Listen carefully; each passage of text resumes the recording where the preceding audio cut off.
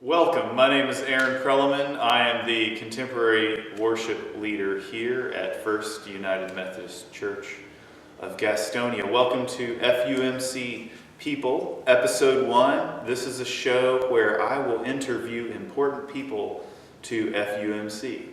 Staff members, other members of the church, lay people in the church, maybe even a few ministers if they'll let me do it. So thank you for joining us. Today we're going to get to know Alyssa Morris. She's one of our newest staff members, and she is our Director of Communications, as well as the FLC, which is the Family Life Center, which includes a gym and a workout room and other facilities. So join me as we get to know Alyssa Morris. So you are doing, So you're pretty active in the VBS this year? Yeah, Christy asked me to be the MC, and so it's kind of changing a lot of it. It's a little hokey. It is, yeah. So I'm trying to wade through it and change some of it because I want to make it fun and relatable with the kids, and Right. also some of the things they have is just really long-winded, and we just need to cut to the chase. Fair enough. Yeah. I mean, I think that's a common thing. I don't know if they've done that in the past year, but my wife was the MC, and they had to change it. Yeah. It was, I mean, they write curriculum for a living. It's weird that we had to change most of it, but I did a lot of VBS. I did 2 years of director of VBS at my church in college, and so I just had fun with it. One year it was like the roller coaster thing, so I dressed up as like a tourist, had my Hawaiian shirt and my fanny pack. nice. So I like to dress up and just have fun with it. It's got me a fun costume, and we're making tutus, and Christy and I are going to dress up every day. And Nice. so, And where is it? here, in the gym, there's Oh, in the gym. Sure, right. Okay. One year it was in the Wesley Center, but I guess. It might be like in the Family Life Center because they eat dinner. Right. So we'll do a lot of it there, and then like games will be in the gym, and different classes will be in different like Sunday school rooms. And what were you doing at that other church when you did it there? I was the children and youth director. Oh, wow, okay. It was like, Is that what it was called, Children and Youth Director? yeah, it was. Okay. There was like 10 children and maybe 10 youth. Okay. So it was really small. It was a really tiny Southern Baptist church in Valdosta, and there was a huge group in And where were you in? And that was near what college? What town was that college? Valdosta State, Valdosta. Oh, okay. Mhm. Oh, okay. Right before you get to Florida, about 20 minutes from Florida. Yeah, that's weird. I always forget that Georgia is on the border Yeah. of Florida. Mm-hmm. And then I also forget how close it is to North Carolina, too. Like one time I was way out in western North Carolina, and I talked to these people from Georgia, and it was only like an hour away. And I was like, oh, yeah. Yeah, I've never really traveled to North Carolina when I was living in Georgia, so I never realized how it's really not that far. It's only 4 hours from home. So. Sure, yeah. So why were you like already interested in being in ministry when you were in college? Is that why you took that job? Sort of. When I first went to school, I didn't really know what I wanted to do, and then Oh, we got a phone going off? Oh, do you take that? You can take it. No. Oh yeah, sorry. Hey, Catherine. Oh. Yeah. Can you? So were you already interested in ministry in college? Is that why you took that job? Like, did you seek that out, or did you fall in? Because I know a lot of people like just kind of fall into ministry, and then some people are like, "This is what I'm going to do." I definitely fell into it. That's a cool way to put it. I didn't grow up really in church, but I started going to the youth group when I was about 13, and I really loved it. I really got on fire for Jesus, and but by the time I hit college, I didn't really know what I wanted to do with my life. And there was a youth minister that moved to Valdosta, which at the time was only 45 minutes from where I went to college in Tifton. Okay. And then I he was an intern when I was in the youth group, and so he was in college when I was in there, so then he became the youth minister down in South Georgia at the same time, and he was looking for some chaperones to do like summer trips and stuff, and so I just kind of did that in the summer just to have something to do, and I actually ended up interning with them for a summer, and I just fell in love with youth ministry. I fell in love with just being able, not much older than the kids, and being able to minister to them, and kind of having a different perspective, because they were like the First Baptist kids who all grew up in the church, and I didn't grow up in the church, and so it was cool to have a different perspective for them, and to have someone who's in college say, hey, this is what you're about to go into. School doesn't really prepare you for it, and be able to have that real life experience to give them. So that was really cool. I fell in love with it. We went on a couple mission trips with them. We actually went to Paraguay when I was interning, and that was really cool. And some crazy stuff happened that kind of turned me away from youth ministry, or just ministry in general. Yeah. So I ended up just staying in Valdosta for school. I really loved the town. At the time, the school I went to was only a 2-year school, so I had to transfer. And ended up just getting a job at a sandwich shop, and going to school and doing my thing. But then a lot of the people that I got to know and love at that church really just tried to really encourage me to get back into ministry, told me I was really good at it. The kids missed me, and so I jumped back in, but not at the same church. It was just a little too soon for what happened, and an opportunity came up that someone recommended me for another job that opened up in town for a youth leader and a children's leader, like I said, at a Baptist church in town. And it was great because it got me back into ministry, but it was a whole different,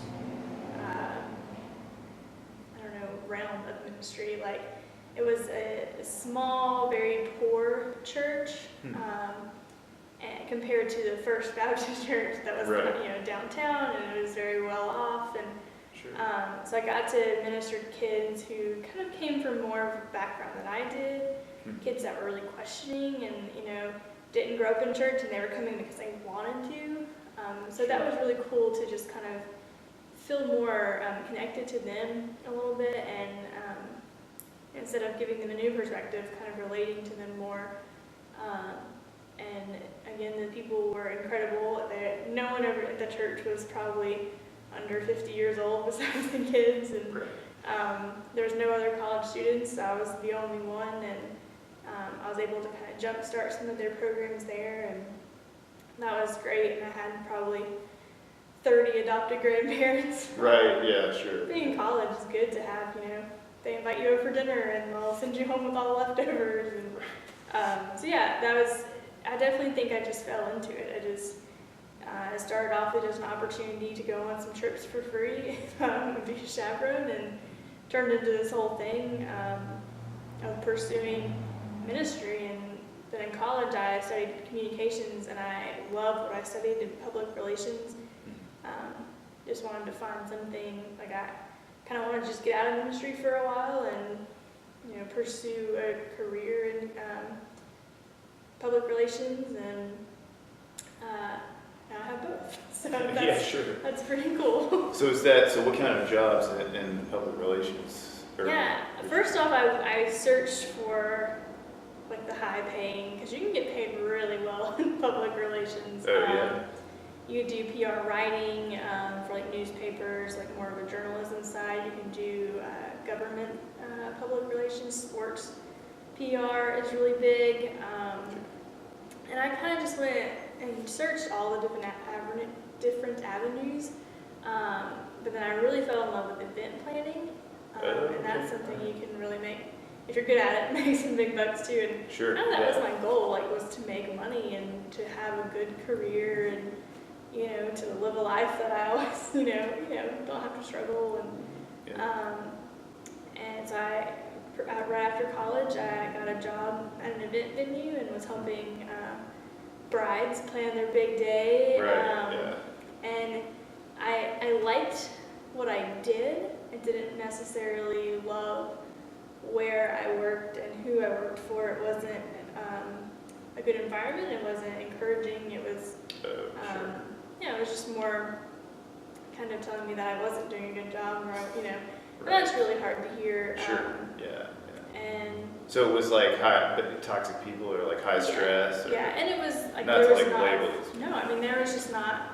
It was just me and the owner that worked there, and the intention was for me to work there, kind of as a secretary and just do the books and all that stuff. And I was okay with it. I knew, starting off after college, start low and work your way up. Yeah, sure. Excuse me. And I was only there for a few months, but there was no even, like, she wasn't wanting to train me to do anything else, wasn't letting me do anything, and the things that I did do weren't done well, according to her, and it was stuff that I studied in school and knew how to do and got really good grades in, so it was like, this is how you do it. Right, sure. Yeah. But, it wasn't something that wasn't healthy for me to be at. Sure. Every day by myself in an office.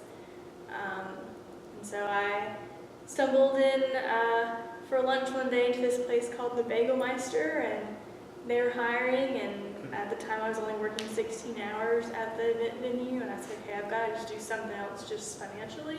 Sure. Yeah. So I got a part-time job there, and because I had worked Oh yeah, that's right. Because you were talking about making the coffee drinks. And yeah. Stuff. I worked in sandwich shops my whole life. I had 4 different places I've worked, so I know how to make a good sandwich and coffee and stuff like that. So, automatically they were like, yeah, you're hired.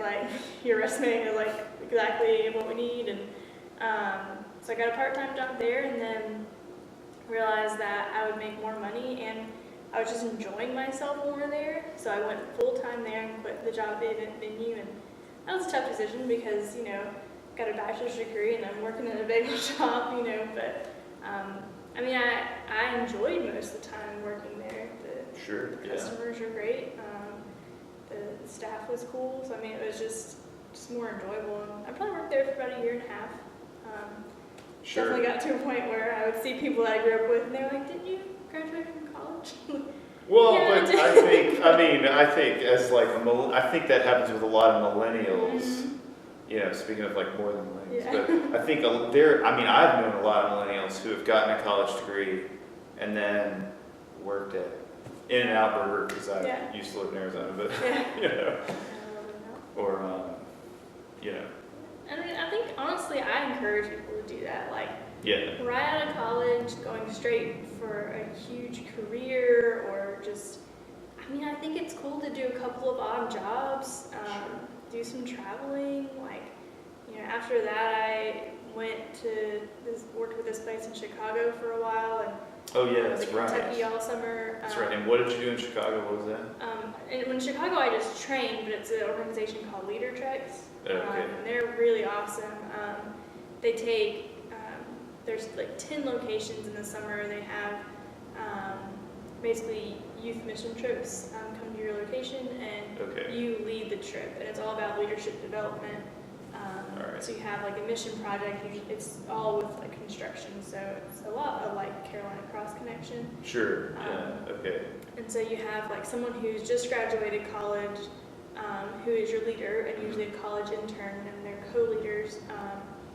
And you have a youth group come every week. So they arrive Sunday afternoon, they leave Saturday morning, and then you have the next one come in. So you run a construction project with them, and we built decks and made sidewalks and that kind of stuff. And then you run a VBS, and you do. Oh wow! And the kids are in charge of everything pretty much. They cook the meals, they clean. Nice. They're the foremans on the construction site, and us and the leaders just encourage them and help them. And of course, we do training for tools and stuff. But, and who was the VBS for in that? The community that you're in. So we're in Manchester, Kentucky. It's one of the Clay County. Kentucky is one of the poorest counties in the world. Oh wow! And so it was a different. Most of the churches were pretty affluent that came to us, and so it was cool for them to see that different side of the country. And Is that in the Appalachian Mountains? Yes. Okay, Mhm. all right. Really cool people. I love Manchester. Yeah, we got to do a couple different projects, but we found this one house, this one family that we went to them and we're going to build a deck for them. And then they just had all these other things that needed to happen in their house, like their sidewalk was just broken and the little girls were walking on it barefoot, and so we knocked it out and put a new one in. And that's the hardest thing I've ever done. If you've ever poured concrete on a hill, you really got to figure it out. A lot of math was involved. But again, that was a really cool teaching moment for the kids because they had to figure it out. And of course, we were there to help. But it was really neat to watch them grow through that. Because, when you're in charge of something, I feel like it sticks, you're more proud of it. And we would take a lot of those things that you learn through the construction site and teach them about biblical truths. Like in the sidewalk, you had to it needs to be even, and you use string to set. Like you use the string first before you put a board down to make sure it's level. Right. Use the line levels and everything. And if your first one is not level, then all the other ones are going to be wrong. And so we had a really cool teaching moment because we did the first one. We knew it wasn't level. We asked the kids over and over again, "Are you sure?" They said yes, so we kept going. And then at the very end, or before you poured it, they were like, "It's not level. Why is it not level?" And we said, "We asked you guys to check the very first one." Yeah. And it was wrong. And so it was kind of cool to teach them, like, you've got to have that good foundation, that good starting point, or else everything else is going to be messed up. And it's like a relationship with Jesus. If you have that foundation, then yeah, there's going to be struggles and it's still going to be hard, but it's all going to be level. It's all going to be, it's all going to fall into place. So just cool moments like that was really cool. Sure. Well, it's strange to go from, got something on that, from like a situation where you felt you were in a bad leadership situation, and then you went into a situation where your job was to like empower leaders. Yeah. That's a switch. It was really hard because I don't necessarily see myself as a leader, and I'm honestly not even sure how I found that place. I didn't know anyone who had done it before. I think I was just searching online for different opportunities, and my goal in that was to join the Summit program, which was a 2-year program where you would get training. In the summer, you would run the camps, and then throughout the year, you would do a lot of training. Okay. And it was totally out of my element. Like it was adventure camps and wilderness, stuff. And like part of the training is 2 weeks in the wilderness in Montana and like camping. Nice. And I love that stuff, but it's definitely not something I So were you ultimately going to be taking people on like these wilderness camping trips too? I was not. I was going to be doing the more like just the mission trips because they have like mission trips and wilderness trips. Right, but you had to be trained for both. Right. Yeah, you had to be trained for a lot of it. I guess just in case they needed somebody to fill in or something. Yeah, there's people they hired specifically that knew what they were doing with the wilderness trips and stuff. Okay. But everybody did everything. And it's called Summit? The Summit program. It's with Leader Treks. So. All right. Okay. Yeah, it was really cool. I was really excited about it. I started off I flew up there for an interview to Chicago. It was in Wheaton, actually, Illinois. And wasn't totally sold on it.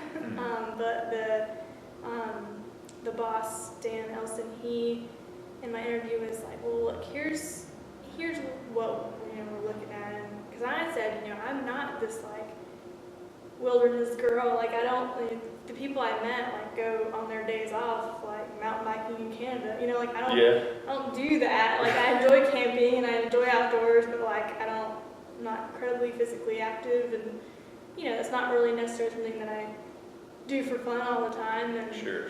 They're all very, You didn't rush up to Crowder's Mountain as soon as you moved here? No, something I did.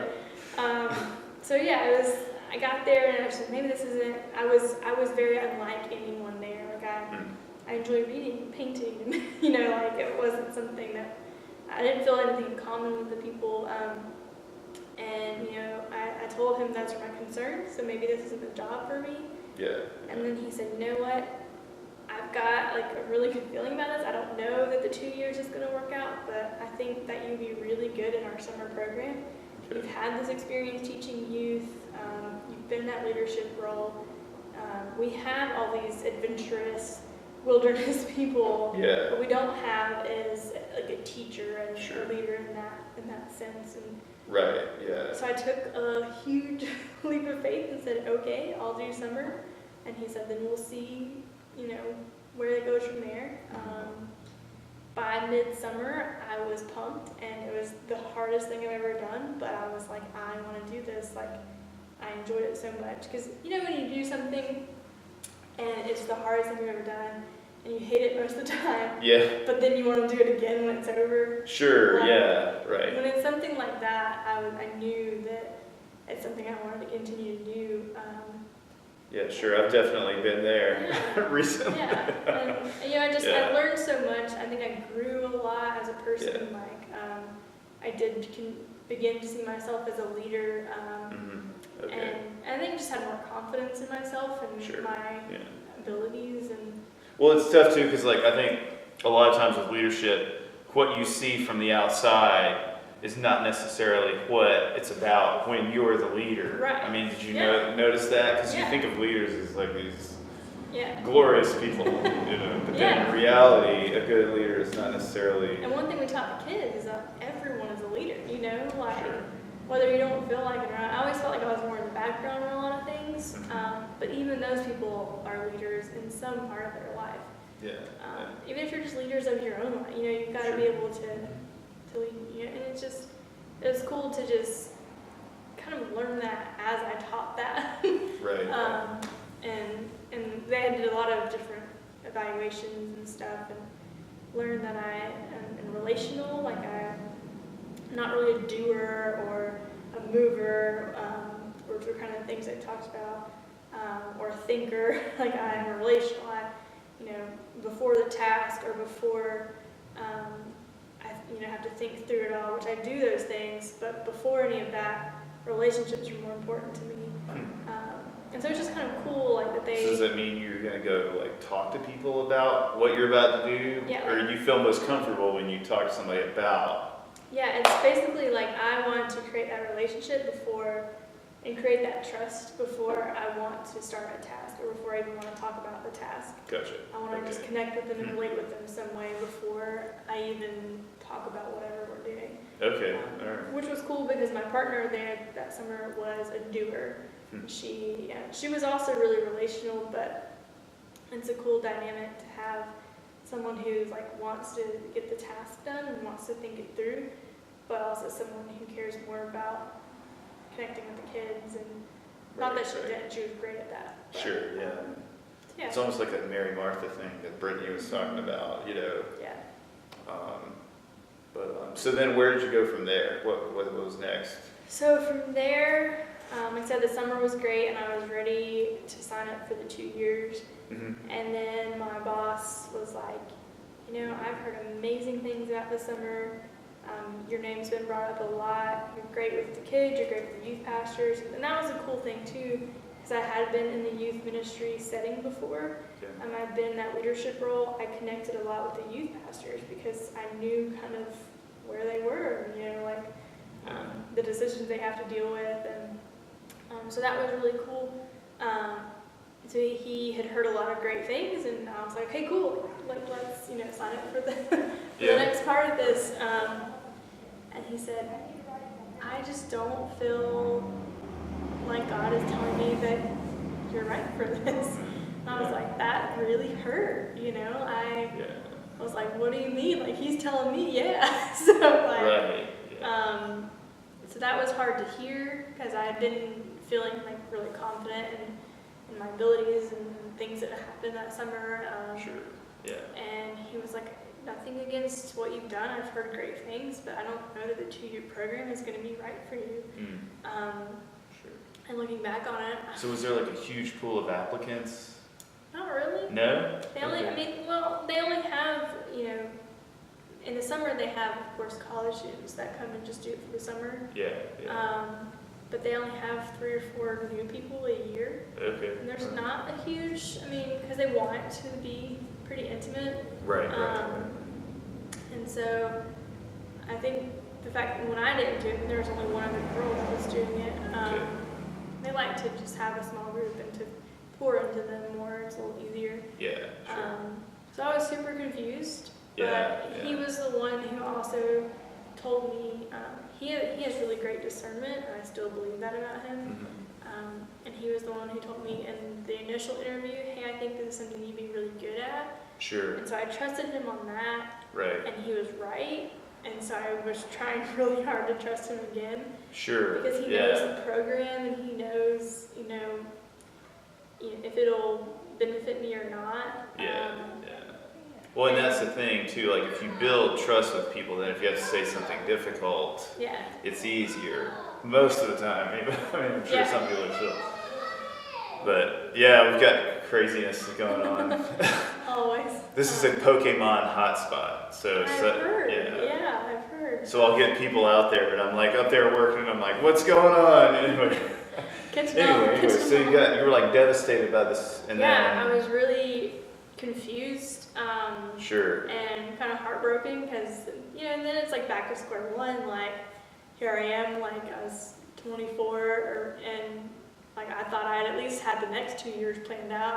I knew it wasn't my whole plan, but Yeah. at least I had 2 more years to figure out. And I already had like a carload of stuff up in Chicago, because by the time I even got there, I was pretty sure I wanted to do the full 2 years. Yeah. And so instead of I decided to drive up there and just go ahead and take stuff. And so that was tough to have to go back and drive back to Georgia, the 14-hour trip by myself. And I was just, on that drive back was probably the best thing I ever did, because it was just like me and God, and my air conditioning broke in the middle of August. And so I couldn't really listen to music, so I rolled my windows down, and it was just me in my head and talking to God and just saying, okay, I don't want to go right back into job hunting. I hate job hunting. It was the worst. Yeah. This summer was really difficult. I really just want to just relax for a little bit, and I was just like, God, you need to just tell me what to do, because I don't know where to go from here. Yeah. It's a really weird place to be when you don't know what's next. Sure, yeah. I've been in that place a lot. But that's crazy that silent time naturally happened, because I definitely think like that's an important part. Like, I think silent prayer is important. Yeah. And not everybody does it. And I mean, it's important to me. Yeah. And I actually schedule it in my daily. But it's funny, like, you needed that, and then it just kind of happened. Yeah. That God you had knows to, what to do. right? Because the car has always been really sacred to me. Driving from being in college and never really living close to home. Sure. I always had, a good 4-hour trip wherever I went. And so even with music playing or something, that was always a time where I really enjoyed just listening to music and praising God and talking to Him and just thinking about stuff. And so, but that was 14 hours of it. Sure, so yeah. that was a little more than I wanted, but. Well, and I think Jim Westmoreland he's said that too. Mhm. That the car. Yeah. Have you talked to him about that? You guys should talk about it. Anyway, Yeah. sorry. No, yeah, but so it's not something I wanted. I was pretty upset that Sure. I couldn't Need to Breathe had their new album out, so I wanted to listen to it, but I had to have the windows down, so it was just really loud. Right. So Yeah, and you went to that concert. You just went to that concert. yeah, last So that was December. pretty. It's pretty amazing. Yeah, it was incredible. And honestly, the timing of that album too. I mean, Yeah. I just and one And time. what album is this? Hard Love. Oh, okay. And it was right at the end or during the summer it came out, and of course I had no time in the summer to listen to it. Right. A couple of bands, I think Switchfoot had a new album that summer too, maybe Reliant K. And so like I downloaded all of them, and I was like, all right, 14 hours, I'm gonna listen to all these and learn all of them on the way back. And then I didn't. Couldn't listen to it. But then at one time, it was raining really hard, so I had to roll the windows up, and I was about to die of heat stroke. But I listened to the whole Hard Love album, and I just really like connected with it. Like one of them, the song Hard Love, is like, you know, sometimes we need that. Sometimes we need a hard love. Sometimes we need someone to tell us that maybe we should do something, you know, like. Right, sure, yeah. I was like, okay. So yeah, anyway, I got back to Georgia, really just wanted to chill. Hadn't seen anyone all summer, so I wanted to go visit some friends and spend time with my family. And I had already raised like almost $5,000 because that was going to be a fully funded thing. Like it wasn't really a job. It was, you know. Oh wow. Okay. I was a missionary, and so. Oh wow. That's I had cool. to fundraise for it, so Sure. I already raised a lot of money. So I was kind of embarrassed to like tell people, well, I'm back, you know. And, Yeah. Sure. I was able to live off that money because it was what I didn't use in the summer, and Sure. so I had to send out letters and, you know, do all that. Like, if you want your money back, you know, no one did, of course, but I wanted to be able to say, like, I'm still wanting to pursue what God has for me, but I will not be working here anymore. And that was a really hard thing to do. It felt like a failure, you know. Yeah, and it's like, you know, a lot of times it's like people, they leave a job and then it's like they don't have to look back, but like you had to go through this whole. Yeah.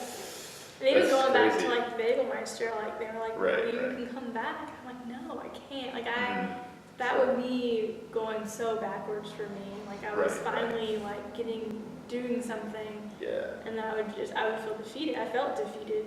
Yeah. And then I just traveled a bit. I ended up, my cousin sent me the application for this job. Yeah. Because, you know, the family life director, Right. vacations, you know, be able to work in sports ministry, which I have a huge passion for. And she was like, I know you're not wanting to apply for jobs right now. I know you're kind of wanting to lay low for a bit. Yeah. But just check it out, you know, see if it's something you're interested in. And I didn't grow up Methodist. I was like, I don't know about a Methodist church. And, Sure. Yeah. but all I had to do was send in my resume. So I was like, that's a quick email I can do, no big deal. Yeah. Had a Skype interview with a bunch of people, and they ended up not going with me. Or honestly, I didn't hear for a while, so I was like, okay, well, I gotta do something. I was getting really at the point where I can't. I'm not the person that can just lay around the house. Like I've got to be able to do something. Sure. And so one of my mom's friends, they own a company for market research, and so I was able to just jump in on that. And I traveled for 3 months to different states and did market research in like the Home Depot. Oh wow. Okay. Which Is that is- PR really? I mean, is that related to your degree? Not really. No, I mean, really anyone can do it. Okay. You actually just walk around your section of Home Depot for 8 hours a day. Oh wow. And kind of watch people, or. Yeah, you have a little tablet and a little earpiece with your walkie-talkie, and you don't even talk to anybody. You just count like, oh, they're in aisle 12, or Caucasian male, aisle 12, bay 4. Like, you know. Interesting. So you just, you know, they have a kid, or they have a buggy, or they have a, you know, you just type what you see and you just keep walking, and it's like 5-minute loops, and Wow. kind of anyone can kind of do it. Sure. But as you're on your feet on the concrete floor for Right, 8 hours a right, day, not a fun job, not a hard job. But you got to travel. Got to travel. I would work from like 6 to 2, Mhm. and then go home and nap, Okay. or go to the hotel and nap. Right.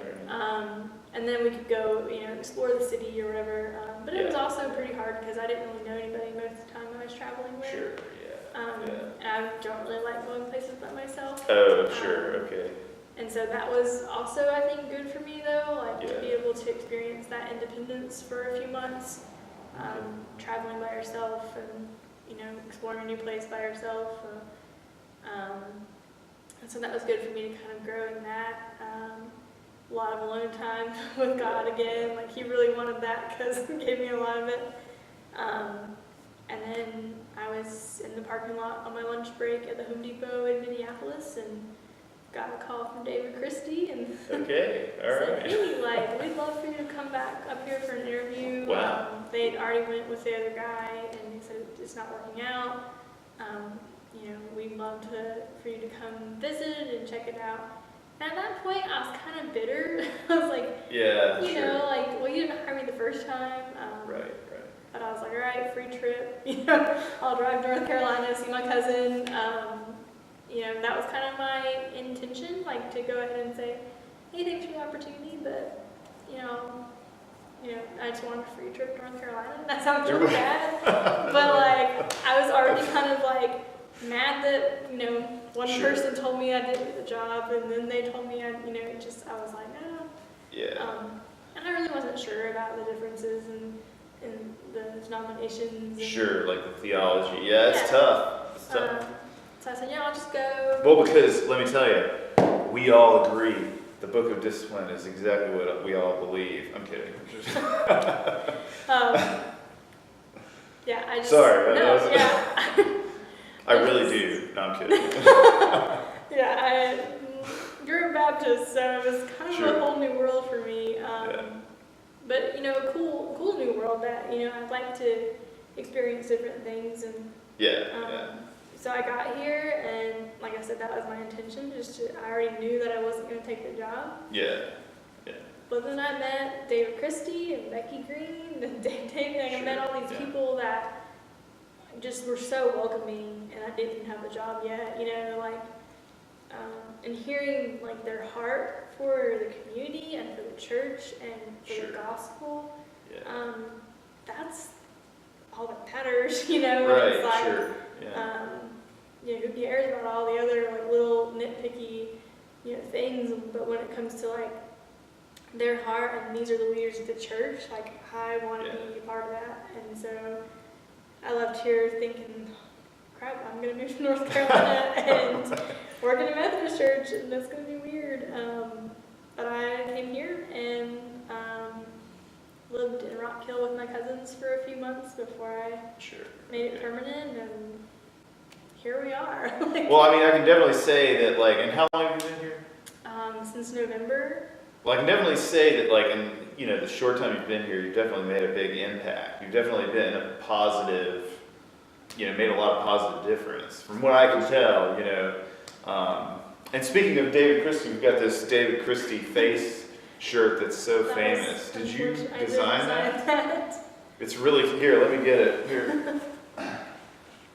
This is it, for those of you who haven't seen it. Yeah, it's a great design. I mean, It's a picture we took at Food Frenzy, and I just made it a cartoon, and he's cool. a big part of why this church is the way that it is, and Sure. people love him, even though he doesn't think so. Right. But yeah. So you did the shirts. I mean, just to highlight a few things, you got the More Than Millennials group, which Yeah. is a great It's been group. great this summer. A lot of the college students are home, Yeah. so just to give them something to do. Sure. They're so used to being plugged in college and doing small groups, and they come home and we don't really have that age group here. Sure. I mean, I experienced that when I came home from college. It's sort of like you come home to your home church, and then you realize you can never really really go home. are like Yeah. unchurched, honestly. Like we don't have. Sure. And even now, like you've only got a few 20 to 30 people, 20 to 30-year-olds at the church. Yeah. And they just have other things going on, If I didn't work at a church, how often would I, So it's Sure. cool to be able to give, because I get it, like you get it, there's not a place for us. Right. So, Right. Sure. I wanted it originally to be called The Leftovers. Oh, really? That was kind of a bad connotation. Yeah. But yeah, so yeah, like More Than Millennials has been great. Well, sometimes if you just put something like that out there, though, it's not necessarily bad. Like someone I was talking to recently was talking about how in the Psalms and even in Lamentations, they just like put it out there. Like, and then even Jesus, why have you forsaken me, God? It's like sometimes anyway, but Yeah. why, so I mean, I think honesty sometimes can be valuable, even if it's harsh.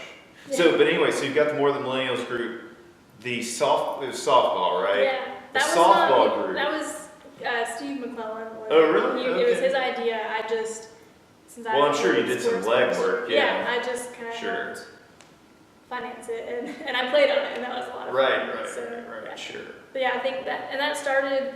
We're gonna start doing more adult leagues, so that kind of started that off. So that was a cool thing. Well, and then the newsletter, I've heard a lot of positive stuff about and I think it looks great. I mean, all the pictures and everything. It's definitely something, like I pick it up and I'm like, this is cool. I want to see this, Good. That was But, cool. and then I've heard a lot of positive, like the website, how you sort of change the pictures around, kind of tells people, hey, there's something new for me to Yeah. look at here, What else? I mean, is there anything you want to highlight?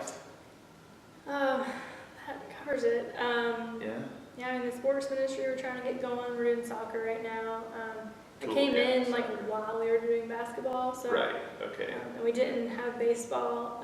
sure. So that I'm like kind of excited to just really get started.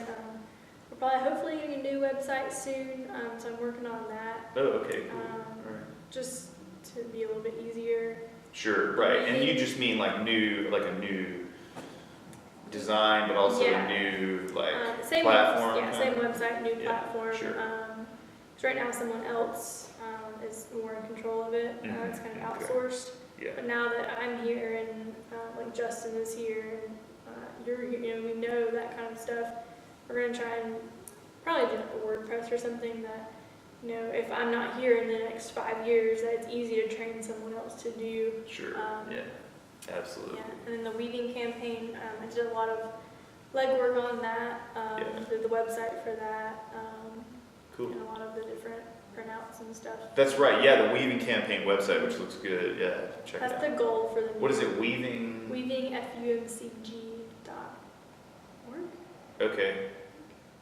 Cool.